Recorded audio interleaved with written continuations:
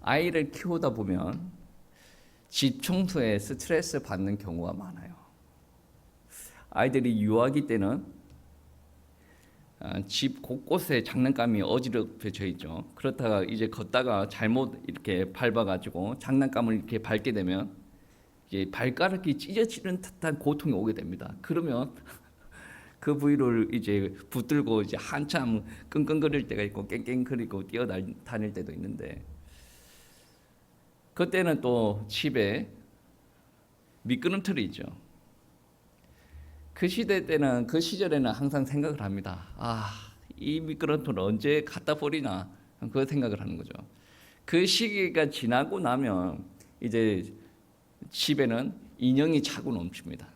인형이 차고 넘치고 또 애들이 이면지로 그림을 그리고 수학을 막 풀어 나가기 때문에 집 구석구석에 종이가 막 쌓여져 갑니다.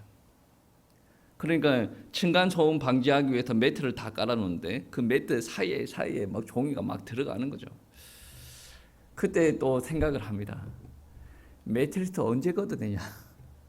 우리 막내가 지금 초등학교 2학년인데 층간 소음이 있기 때문에 매트리스를 그대로 놔뒀습니다. 왜 그렇겠습니까? 애들이 뛰어다니니까. 애들을 못 뛰게 하는 방법은 아주 간단합니다. 손에 핸드폰을 쥐어주든지 탭을 쥐어주든지 컴퓨터를 틀어주든지 다양한 방법들이 있어요. 근데 제가 생각할 때는 아이들은 집에서 왔다 갔다 해야 되고 집에서 많은 활동을 해야 돼요. 층간소음은 어쩔 수 없어요. 그런데 밑에 사람들 보고 참으라고 할 수가 있습니까? 그건 악한 행동이에요. 내가 소음을 내는 거 가지고 밑에 사람을 참으라고 하는 것은 악한 행동입니다. 어쩔 수 없이 매트를 깔아놓는 거죠. 제가 참 답답함이 많습니다. 이거를 빨리 치우고 매트 없는 공간에서 나도 살고 싶다. 근데 얼마 전에 미국인이 쓴 글이 제 눈에 들어왔습니다. 어떤 글이냐면, 아이들을 키우는 동안에는 집안이 정리가 될 수가 없다. 그리고 그 이유에 대해서 다다다닥 쓰여져 있더라고. 이 사모님이 이거 한번 보세요. 정말 웃기죠. 그러면서 제가 봤어요. 그 시간이 이제 지나고 나면 애들이 좀 외형적으로도 성숙하고 내면도 성숙하는 시기가 오겠죠. 그러면 아이들의 방이 생길 것이고 나름의 공간이 생길 것입니다. 그러면 그 공간을 잘 활용하고 깨끗하게 관리를 하면 부모들은 어떻습니까? 흐뭇해하겠죠. 책꽂이에 책이 잘 정돈되어 있고 침대에 시트가 빳빳하고 이불이 잘 정리정돈이 되어 있으면 기쁠 겁니다. 그런데 어느 날 자녀의 방에 딱 들어갔을 때 이 이불이 난장판이에요.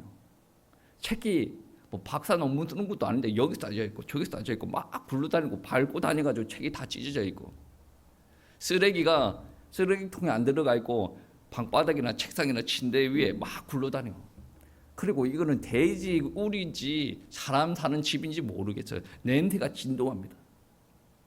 그때 부모들 마음에 어떤 마음이 들겠습니까? 이놈 정리도 안 하고, 막 나쁜 마음도 들겠죠. 반면에 다른 마음도 아마 들 겁니다. 얘가 원래 정리정돈을 잘하는 아이인데 뭔가 마음에 어려움이 있나? 정리정돈을 하기 싫을 만큼 어려움이 있나? 마음이 상했나? 부모는 그런 걱정을 아마 할 겁니다. 창세기 6장이 바로 지저분해져 있는 방문을 여는 부모의 마음, 그 마음을 가지고 있는 하나님의 마음과 동일할 거예요. 아마 어지럽혀져 있는 방을 바라보는 부모의 시선, 창세기 6장에 어지럽혀져 있는 세상을 보는 하나님의 시선, 거의 비슷하지 않을까 생각합니다. 1장에서 하나님께서 고백하셨던 것을 기억합니까? 이 땅을 만들고 나서 좋았더라, 보시기에 좋았더라, 사람도 만들고 나서 심히 좋았더라. 보시기에 심히 좋았더라 라고 이야기합니다. 완벽한 질서와 완벽한 아름다움이 가득했습니다. 그런데 창세기 6장에 들어오면 어떤 일들이 생깁니까? 하나님께서 이번에 다른 말씀을 하십니다. 처음에는 심히 좋았더라라고 감탄을 하셨는데 이번에는 하나님께서 한탄을 하십니다. 보시기에 좋았던 세상은 오간되었고 악독함이 가득합니다. 그리고 질서가 깨지고 혼돈이 소용돌이칩니다. 하나님의 형상으로 지음받은 사람들이 마치 사탄의 얼굴을 한 채로 살아가고 있습니다. 여러분, 오늘 본문 말씀을 보시면 창세기 1장에 하나님께서 거룩한 경계를 다 설정을 해놨는데 밭, 낫, 육지, 바다 모든 것을 경계로 다 설정을 해놨어요. 그 경계가 창세기 6장에 와서 허물어집니다. 오늘 보면 2장 말씀 한번 보실까요? 2장 말씀 한번 보시겠습니다. 6장 2절 말씀 합독하시겠습니다. 하나님의 아들들이 사람의 딸들의 아름다움을 보고 자기들이 좋아하는 모든 여자를 아내로 삼는지라. 아멘. 오늘 본문 말씀은 남자가 여자가 좋아서 장가 들었다 단순히 그 이야기를 하고자 하는 것이 아니에요. 오늘 본문 말씀의 본질은 하나님께서 하나님의 뜻을 두시고 나름의 경계를 세우시고 거룩한 구분을 세우셨습니다. 자연 현상도 마찬가지고 사람들 안에서도 그러한 구분을 두었습니다. 이렇게 행동하라, 저렇게 행동하라, 남녀 관계는 어떻게 하라, 어떻게 결혼하라. 근데 오늘 본문 말씀은 단순히 남녀가 좋아서 결혼했다라는 것이 아니라 하나님께서 구분하여 주신 경계를 허물어뜨리는 일들이 발생했다라는 거죠. 창세기 3장에서는 하나님의 경계를 허물어뜨렸습니다. 아담과 하와가 선악과를 손대지 말라고 했는데 하나님의 말씀을 어기고 그 경계를 허물어뜨렸죠. 그런데 창세기 6장에 오면 어떤 일이 생기냐면 온 사회와 문화가 거대한 문명이 되어버렸어요. 하나님의 경계를 허물어뜨리는 것이 문화가 되었어요. 죄가 집단화되었다는 거죠. 여러분, 죄가 집단화된다는 것이 얼마나 무서운 건 줄 아십니까? 내가 죄를 범하고 있어요. 근데 내가 죄를 범하고 있는지도 모릅니다. 왜 옆에 사람들도 죄를 범하고 있습니까? 여러분 한번 생각해 볼까요? 제가 설교 들어가기 전에 그런 말을 했죠. 이 땅에서 가장 중요한 시간이 예배 드리는 시간이다. 그런데 지금도 예배 드리지 않는 사람들이 있습니다. 왜 예배 드리지 않습니까? 많은 사람들이 예배 드리지 않습니다. 그게 집단화되었어요. 그게 죄인지도 몰라요. 하나님 앞에 하나님 앞에 예배를 드리지 않았기 때문에 구약의 하나님의 백성이라고 칭함을 받는 이스라엘 백성들이 무너져 내립니다. 예배를 온전히 드리지 않았기 때문에 그들이 무너져 내렸단 말이에요. 그게 죄라서 그렇습니다. 그런데 이 땅의 사람들은 그게 죄인지도 몰라요. 옆에 사람 다 죄를 범하고 다닙니다. 자기 가정에 있는 사람들 다 죄를 범하고 다닙니다. 자기가 죄 속에 있음에도 죄를 범하고 다님에도 자기가 죄를 짓고 있는지도 모르는 거예요. 이게 죄의 집단화입니다. 엄청나게 무서운 거예요. 그 죄가 문화로 내 사상을 지배하고 있다. 여러분, 내가 지옥불에 들어가고 있음에도 내가 지옥불에 들어가고 있는지도 모르는 사람들이에요. 오늘 본문은 이 시대를 지배했던 거인들 네피림을 언급하고 있습니다. 4절 말씀에 당시의 땅에는 네피림이 있었고 라고 이야기합니다. 이 시대를 지배하는 거인들이라고도 표현을 하는데 이 네피림은 히브리어 떨어진다라는 말, 네팔에서 나온 말이에요. 떨어진다라는 말이에요. 단순하게 거인들, 힘이 강하고 거대하다라는 사람들을 상징하는 것이 아닙니다. 그 사람들도 지칭하기도 하겠지만 하나님 중심의 삶에서 떨어져 나온 사탄의 세력들, 반역의 힘을 상징하는 거죠. 사탄의 나라는 언제든지 속삭입니다. 선을 넘어라, 경계를 허물라, 네가 하나님처럼 될 수 있다. 사탄의 나라는 언제나 경계를 허물면서 인간을 하나님의 나라의 왕좌에 앉혀놓으려고 합니다. 심각한 이야기죠. 여러분 주변에서도 그러한 일들이 일어나지 않습니까? 예배를 강조합니다. 그러면 반대편에서 어떤 이야기가 나오죠? 굳이 예배 드릴 필요가 있습니까? 나는 이게 더 좋은데요. 누구 기준이에요? 본인이 왕이에요. 하나님 앞에 헌신을 해야 되겠습니다. 헌신하기 싫은데 왜요? 내가 싫은데요. 내가 기준이야. 우리 선교를 위해서 힘을 합칩시다. 기도를 합시다. 싫은데요. 왜요? 내가 싫다니까. 자기가 왕이에요. 그런데 그 사람들이 다 하나님 앞에 예배를 드리고 있다는 거죠. 자기가 하나님께서 세워놓으신 명백한 경계를 자꾸 허물어뜨리고 있어요. 그러면서 자기는 현명하고 총명하고 자기는 깨어있는 사람이다 라고 이야기하는 듯해요. 성경 말씀은 명백한 기준을 이야기하고 있습니다.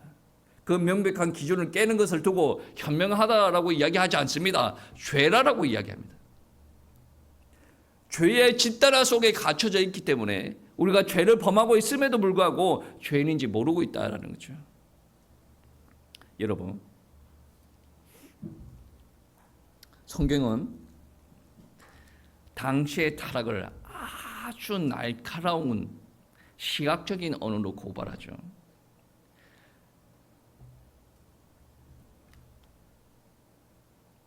사람의 딸들의 아름다움을 보고 자기가 좋아하는 여자들을 보고 모든 여자들을 아내로 삼았다. 여자들을 보고 그 여자들을 아내로 취하였다. 어디 더 많이 본 구조 아닙니까? 창세기 3장에 나오죠.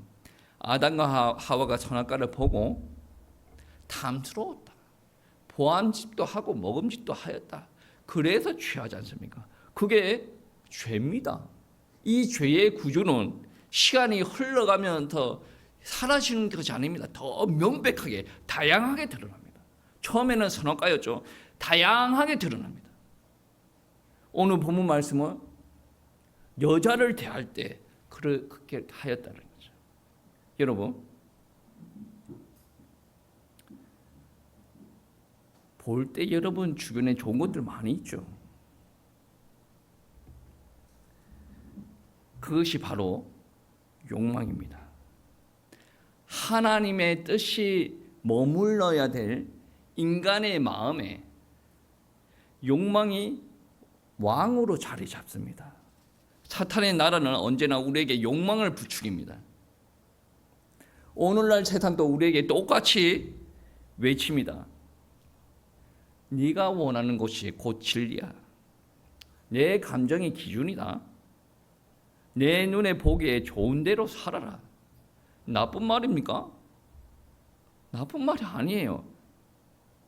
무엇을 전제로 했을 때 나쁜 말이 아닙니까? 하나님의 기준을 모르는 사람들이 이야기할 때는 절대 나쁜 말이 아니에요. 그런데 하나님의 기준이 있다. 그러면 이 말은 아주 악한 말이 될 수도 있습니다. 내 욕망이 내 마음의 왕이 되는 순간에 나는 자유를 얻는 것이 아닙니다. 나는 가장 잔인한 폭군 안에서 욕망의 노예가 되는 것입니다. 내 인생의 목적이 성공에 대한 욕망이 강한 사람들은 그 성공을 위해서 나의 모든 것을 갖다 바칠 수가 있어요. 성공에 대한 욕망의 노예가 되는 거죠. 내가 하고 싶은 육신적인 욕구가 있어요. 성적인 욕구. 그리고 먹는 거에 내가 모든 것을 갖다 바치네. 나의 모든 것을 다 동원해서 나는 먹는 것만 잘 먹으면 돼. 나는 내 새끼만 잘 되면 돼. 나는 모든 것을 다 갖다 바칠 수가 있어. 나는 우리 가족들 죽여가면서까지 나는 세상에서 유명한 사람들이 될 수가 있어. 이 욕망이 딱 하나 자리 잡지 않습니까? 그러면 내가 욕망의 노예가 된다라는 말씀입니다. 이렇게 사람들이 살아가게 된다라는 것은 사람들에게 죄악이 가득했다라는 것을 뜻합니다. 5절 말씀 한번 보시겠습니다. 5절 여호와께서 사람의 죄악이 세상에 가득함과 그의 마음으로 생각하는 모든 계획이 항상 악할 뿐임을 보시고. 아멘. 사람의 죄악이 가득하였다라고 이야기합니다. 그의 마음으로 생각하는 모든 계획이 항상 악하였다라고 표현합니다. 여러분, 하나님께서 보시기에 한 구석도 온전한 구석이 없다라는 말씀입니다. 하나님의 시선으로 우리 가정을 봐야 되고 우리 개인을 봐야 됩니다. 내가 생각할 때 이 정도면 괜찮지라고 이야기를 할 수가 있어요. 당연히 여러분 생각이 그렇죠. 여러분 생각이 여러분의 성공을 좌우합니까? 여러분 생각이 하나님의 판단을 좌우합니까? 여러분 생각이 여러분의 영혼의 구원을 좌우합니까? 나는 이쯤 하면 천국 갈 수 있을 것 같아요. 천국 갈 수가 있습니까? 기준이 내가 기준이 아니에요. 그런데 사람은 이 정도 하면 훌륭한 가정이야. 여러분,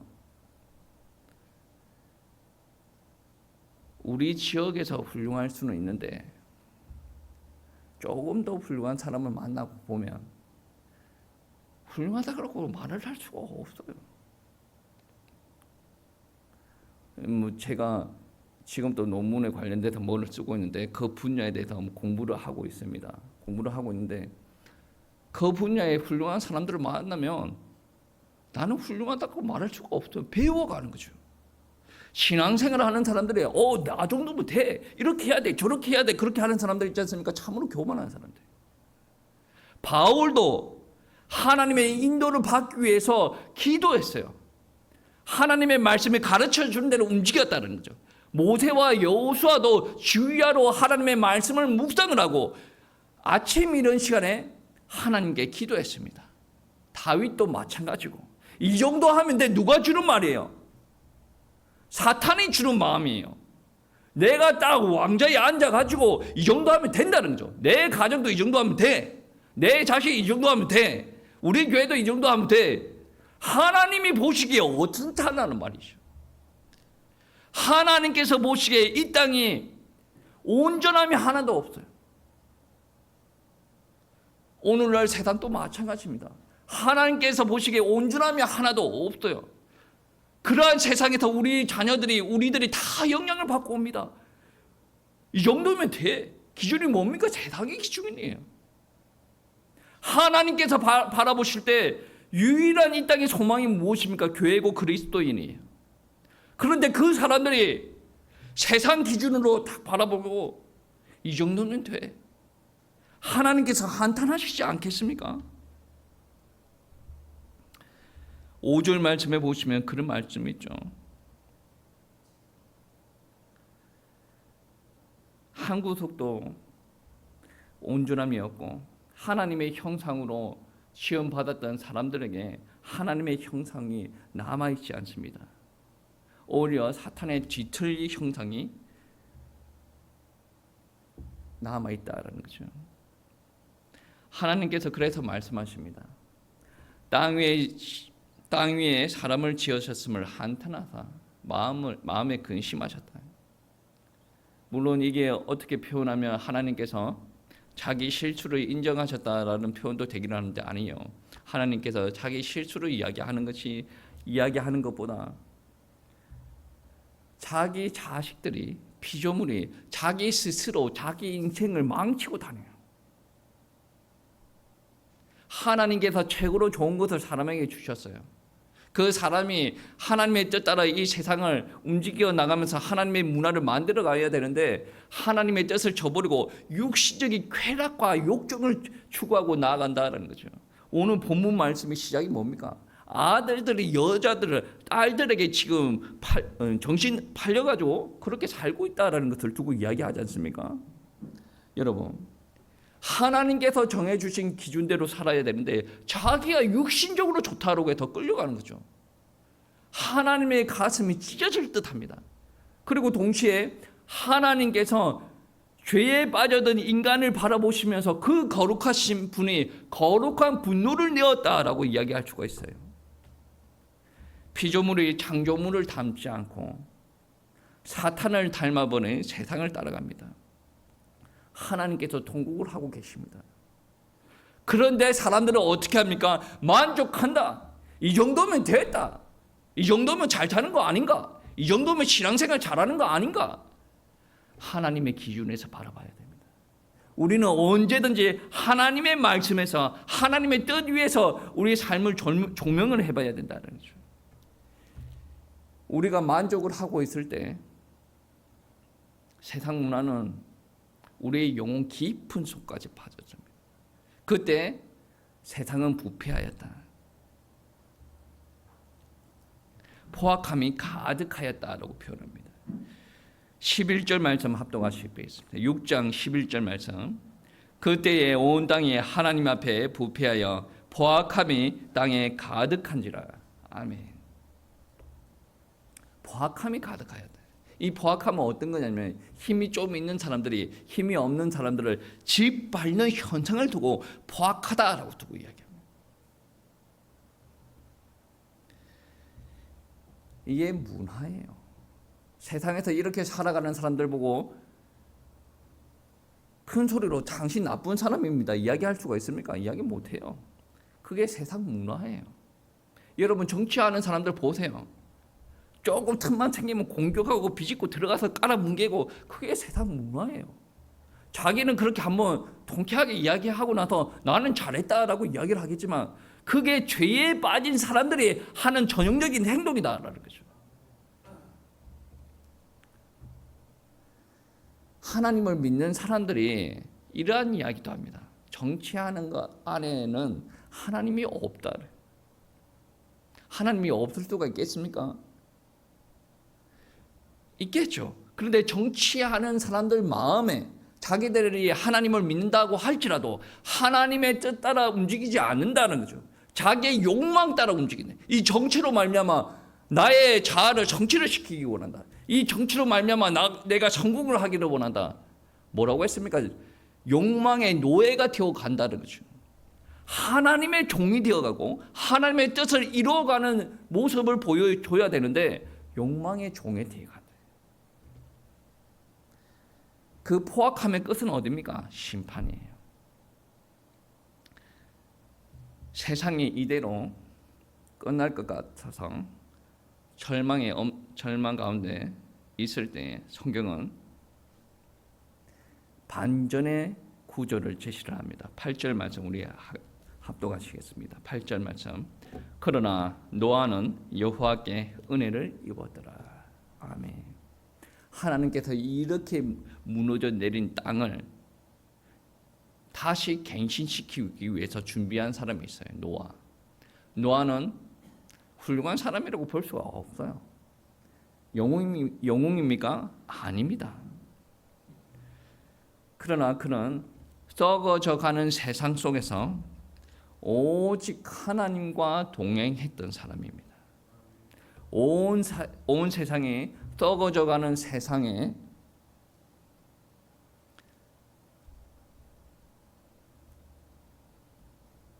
만족을 하고 있을 때 노아는 홀로 멈춰서서 하나님의 나라를 선택했다라는 거죠. 여러분, 우리가 발을 딛고 서 있는 이 세상동 두 나라를 건설하고 있어요. 하나님의 경계를 허무는 나라와 거룩한 질서를 세우는 나라, 그리고 내 욕망을 왕으로 모시는 나라와 하나님을 왕으로 모시는 나라, 또 나만을 위해 폭력과 이기심으로 달려가는 나라와 은혜와 순종으로 방주를 짓는 나라. 문제는 세상이 아닙니다. 진짜 중요한 질문은 지금 나는 어느 나라에 속해 있는가라는 것입니다. 노아가 성공했습니까? 세상 기준으로 성공했습니까? 성공하면 뭡니까? 다른 사람들 다 죽었는데. 어떻게 보면 이게 성공의 개념에서 보면 성공이라고 볼 수가 없어요. 다른 사람들은 다 비웃었습니다. 비가 올 낌새가 전혀 없는 맑은 하늘 아래에서 방주를 짓습니다. 사람들이 왜 방주 짓는가 알아요. 비가 오면 저 방주를 타고 뭐 그런 이야기 다 할 겁니다. 그러니까 비웃는 거예요. 방주를 산에서 지으면 뭐 하냐? 바보 아니냐? 그렇게 다 비아냥거립니다.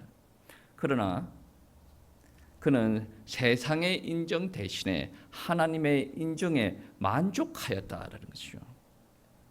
하나님께서는 이 시대에도 훌륭한 사람을 찾지 않으시고 노아와 같은 하나님을 잘 믿는 사람을 찾으십니다. 여러분, 이 땅에서는 세상의 유행에 민감한 사람들이 있지 않습니까? 유행에 민감한 사람들은 성령의 인도를 받기에 그렇게 쉽지는 않을 겁니다. 내 상황을 바라보고 전략적으로 이렇게 행동해야 돼. 그런 사람이 필요한 것이 아니라 비가 오지 않더라도 산에서 내 돈을 들이고 내 육체의 노동력을 들여서 하나님의 방주를 만드는 그 어리석은 사람을 하나님께서 찾고 계신다는 거죠. 이 어리석은 행동이 최고의 지혜입니다. 이 땅에 있는 아무도 비가 올지 몰랐어요. 큰 비가 올지 몰랐단 말이에요. 근데 노아는 그 하나님의 깊은 뜻을 알지는 못했을지라도 하나님의 뜻에 순종을 하고 나아갔다라는 말씀입니다. 여러분, 우리는 비가 오지 않더라도 묵묵히 하나님의 말씀을 따라 방주를 지어가는 사람이 되어야 됩니다. 여러분, 말씀으로 경계를 회복하시기 바랍니다. 우리의 죄, 이 땅의 죄, 그 죄로 말미암아 경계가 모두 무너져 내렸습니다. 예배에 대한 경계, 경제에 대한 경계, 거룩함에 대한 경계, 남녀 성에 대한 경계, 신앙에 대한 경계 다 무너져 내렸습니다. 그러니까 예배를 바로 드려야 됩니다라고 이야기를 하면 자기가 생각하는 무너진 경계 안에서 생각을 한다는 거죠. 우리가 말씀 기준으로 그 경계를 반드시 견고하게 세워 나가야 된다는 거죠. 그리고 방주 세우는 것처럼 순종하고 나가야 된다는 거죠. 방주 세우는 게 쉽습니까? 내 돈 드리고 내 육체를 드려야 되는데 그 돈과 그 육체와 시간이면 얼마나 즐겁게 지낼 수가 있습니까? 그거 다 포기하고 하나님의 말씀에 순종을 하고 나아간다는 거죠. 성숙한 그리스도인들의 차이가 무엇인 줄 아십니까? 세상적인 삶을 포기하는 것이 아닙니다. 하나님께서 기뻐하시는 삶을 선택을 하는 것이죠. 하나님께서 은혜 주셔요. 성령 충만 주십니다. 여러분, 육체를 따라 살아가면 그 열매는 육체입니다. 그런데 성령을 따라 살아가면 그 열매는 성령의 열매예요. 우리의 한 명이 제대로 서면 어떤 일들이 일어납니까? 가정이 살고 교회가 살고 지역과 나라가 살아납니다. 우리 힘으로 갈 수가 있는 것이 아닙니다. 하나님과 동행하는 삶을 살아야 된다는 거예요.